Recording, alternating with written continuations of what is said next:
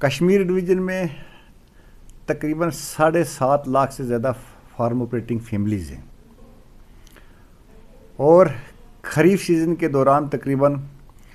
2,65,000 और 2,70,000 के बीच Hector area में मुख्तलिफ़ किस्म की, चाहे वो पैडी के लिहाज से हो, चाहे वो मक्की के लिहाज से हो, चाहे वो खरीफ ऑयल सीड्स हों और ख़ासकर वेजिटेबल के लिहाज से हों,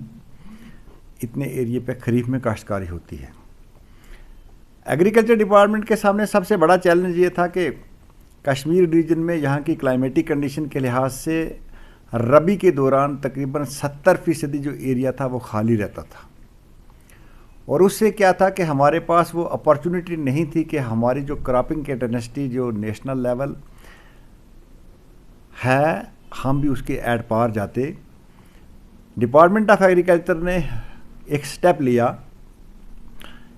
कि यूनियन गवर्नमेंट ने एक प्रोग्राम स्टार्ट किया, नेशनल ऑयल सीड मिशन, और 2021 में जब मैंने डायरेक्टर एग्रीकल्चर का ओहदा संभाला उस वक़्त रबी के दौरान में ऑयल सीड क्रॉप में सिर्फ कोई तकरीबन 30,000 हेक्टर के ऊपर हमारे पास सरसों की काश्तकारी होती थी। हमने गवर्नमेंट ऑफ इंडिया से इस इशू को टेकअप किया कि हमारे यहाँ की क्लाइमेट जो है वो इसके लिए फिटमेंट बैठती है कि हम सरसों को बड़े पैमाने पर इसको उजागर करें और उसकी काश्तकारी जो है वो करें। दूसरा, इस चीज़ को मद्देनज़र रखा गया कि हमारी जो डाइटिंग हैबिट है उसमें जो तेल की रिक्वायरमेंट है वो बहुत ज़्यादा है और हमारी जो डिपेंडेंस उस तेल की थी वो हम बैरून रियासत लाते और 95% जो था वो बाहर की रियासतों से यहाँ पे तेल आता था जिसका इस्तेमाल हमारे लोग जो थे करते थे। जब हमने इस स्टोरी को इस एग्रोनॉमी प्रैक्टिस ऑयल सीड के लिए जब स्टार्ट की तो तकरीबन हम 30,000 से 1 लाख हेक्टर एरिया के ऊपर हम पिछले साल में आए और जब वो हमारी सक्सेस स्टोरी कन्वर्ट हुई कि इतने बड़े पैमाने पे हमारी सरसों जो थी वो उगी और लोगों ने उस चीज़ की सराहना की, तो उसी टारगेट को इनकार करके मुझे बताने में ये आपको फ़ख्र महसूस होता है कि ये जो रबी सीज़न हमारा गया 22-23 का, इसके बीच में हमने सरसों के बीच में 1,40,000 हेक्टर एरिया जो था वो इसके बीच में लाया। हमने कोशिश ये की कि 15 अक्टूबर से हम लोगों ने एक रबी कैंपेन स्टार्ट की जिसकी सरबराही जो है वो additional chief secretary agriculture production department जनाब अटल डुल्लू साहब ने खुद उसकी सरबराही की और डिस्ट्रिक्ट बारामूला और कपवाड़ा में उन्होंने खुद इस चीज़ की मुहिम का आगाज़ जो था उनको डिफरेंट जगहों पर गए, वहाँ उन्होंने खुद सीड शो किए और कोशिश की गई कि आने वाला जो उस वक़्त 15 अक्टूबर से लेके 10 नवंबर के बीच में इतने बड़े पैमाने पे हम लोगों ने कैंपेन चलाई कि वो सोइंग जो थी वो 10 नवंबर से पहले पहले कंप्लीट हो जाए। तो उसी मिशन को जब हमने देखा कि जिस वक्त फरवरी या मार्च का महीना था और वो जो कश्मीर के अंदर येलो रिवॉल्यूशन आपने उस वक्त देखा वो उसी मेहनत का नतीजा था और मैं फ़ख्र समझता हूँ और अपने आप को खुशनसीब समझता हूँ कि मेरे दौरे इक़्तिदार में ये एक इतनी बड़ी सक्सेस स्टोरी जो थी वो कश्मीर में बनी, डॉक्यूमेंट हुई, जिसका जो गवाही है वो तमाम नेशनल और इंटरनेशनल मीडिया जो है वो इसका गवाह है। और हमारी कोशिश ये है और गवर्नमेंट की कोशिश भी यही है कि रबी के दौरान में हमारा कोई भी एरिया खाली ना रहे, लेकिन हमारे पास यहाँ पे एक मेजर कांस्टेंट आता था कि वाटर लॉग्ड एरिया के बीच में वैसी कोई क्रॉप हो नहीं सकती थी, जिसके लिए हमने पिछले साल बरसीम क्रॉप को हैज़ रिले क्रॉप के तौर पर कि स्टैंडिंग पैडी क्रॉप के बीच में हार्वेस्टिंग से पहले जब लास्ट की उसकी इरीगेशन दी जाए तो उसको ब्रॉडकास्टिंग कर दी जाए और वो कंसेप्ट भी हमारा जो था वो कामयाब हुआ। और आज मैं बताने में ये फ़ख्र महसूस करता हूँ कि जहाँ जहाँ पर भी हम लोगों ने ट्रायल लगाए, अगर आप किसी भी जगह खेतों के बीच में जाएंगे आपको खुद बड़े पैमाने पर बरसीम भी दिखाई देगी और उसके इस वक्त तक हमारे फार्मर ने 3 कट भी लिए, क्योंकि हमारी कोशिश ये है कि जब तक हमारी पैडी की ट्रांसप्लांटिंग होती कम से कम 5 कट जो हैं वो उसके लिए जाएं, क्योंकि इससे हमें 2 फ़ायदे होंगे।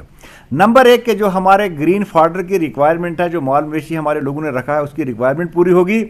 और जो लास्ट की क्रॉप होगी उसको ज़मीन के अंदर हम उसमें प्लोइंग करेंगे और जब प्लोइंग करने से हमारे पास जो हमारी साइल का स्ट्रक्चर और टेक्सचर है उसमें मदद करेगा और जो ऑर्गेनिक मैटर कंटेंट बढ़ेगा तो ज़मीन की जो सेहत है वो उस तरीके से भी महफूज रहेगी। उसके बाद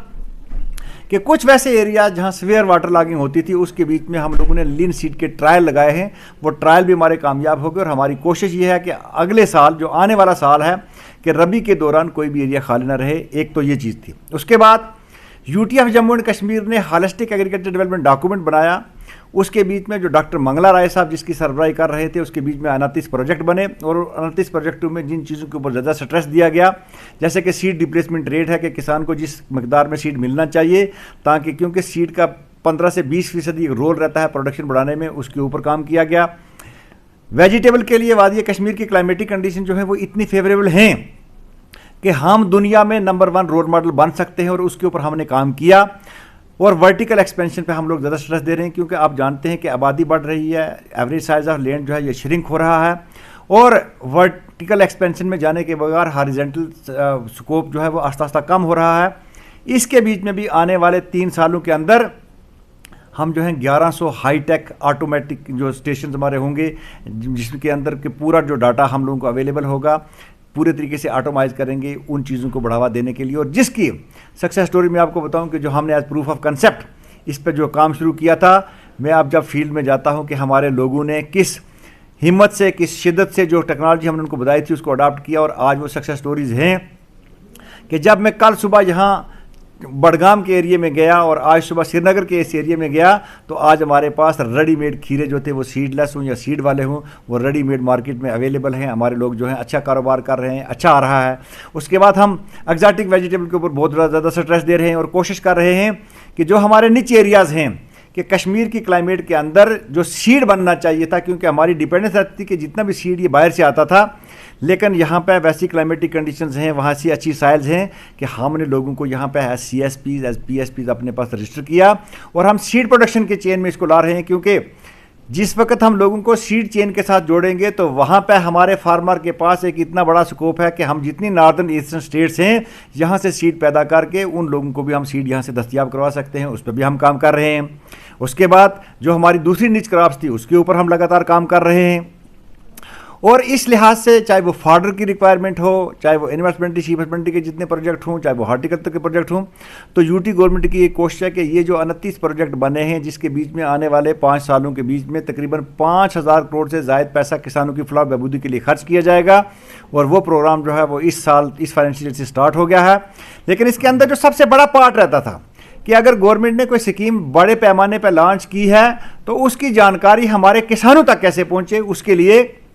यूटी गवर्नमेंट ने 3 लेवल पे ट्रेनिंग का प्रोग्राम स्टार्ट कराया। सबसे पहले यूटी लेवल पे के जितने भी हेड ऑफ डिपार्टमेंट, जितने भी ऑफिसर थे, उनका जो हैंड होल्डिंग करनी थी, उनको जो नॉलेज देनी थी,